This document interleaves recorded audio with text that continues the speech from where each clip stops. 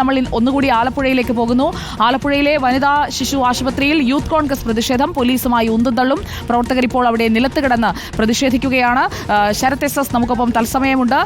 പ്രതിഷേധവുമായി യൂത്ത് കോൺഗ്രസ് പ്രവർത്തകർ ഇപ്പോൾ ആശുപത്രിയിൽ എത്തിയിരിക്കുന്നു. നേരത്തെ യൂത്ത് ലീഗിന്റെ പ്രതിഷേധവും ആശുപത്രിയിൽ അരങ്ങേറിയിരുന്നു. ശരത്ത്, പ്രധാനമായും അവിടെ ഈ സ്കാനിങ്ങിൽ ഉണ്ടായുള്ള പിഴവ് അത് ആ കുഞ്ഞിന്റെ തുടർ ജീവിതത്തെ തന്നെ ബാധിക്കുന്ന ഒരു സാഹചര്യമാണ്. അന്വേഷണം പ്രഖ്യാപിച്ചിട്ടുണ്ട്.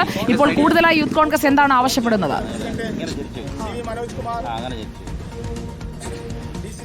സുജയ, നിലവിൽ ഇപ്പോൾ യൂത്ത് കോൺഗ്രസിന്റെ പ്രതിഷേധം ഈ ആശുപത്രി മുൻപിൽ തുടരുകയാണ്. വനിതാ ശിശു ആശുപത്രി മുമ്പിലെ പ്രധാന ഗേറ്റിന് മുമ്പിലാണ് യൂത്ത് കോൺഗ്രസ് പ്രവർത്തകർ എത്തി പ്രതിഷേധം നടത്തുന്നത്. അതായത് അല്പസമയം മുമ്പായിരുന്നു പ്രതിഷേധം ആരംഭിച്ചത്.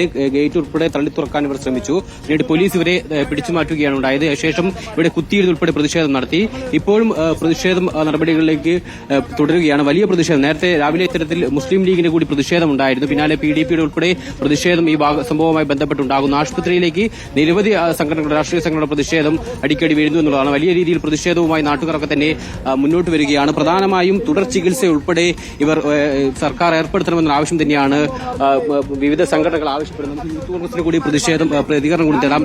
പറഞ്ഞില്ലേ എന്ന് നിങ്ങൾ ചോദിച്ചോ? ഇതാണ് ഈ വിഷയം. ഇപ്പോൾ അവരുടെ പ്രസംഗം കഴിയട്ടെ. ശരത് അവിടെ നിന്ന് നീങ്ങിക്കോളൂ. വലിയ പ്രതിഷേധം ഇതിന്റെ ഭാഗമായി ഉണ്ടാകുന്നു. നമുക്ക് എന്തായാലും വലിയ പ്രതിഷേധവുമായി യൂത്ത് കോൺഗ്രസ് രംഗത്തെത്തിയിരിക്കുകയാണ്. എന്തായാലും അവരുടെ പ്രസംഗവും പരിപാടികളും കഴിഞ്ഞതിന് ശേഷം നമുക്ക് അതിലേക്ക് തിരിച്ചു വരാം.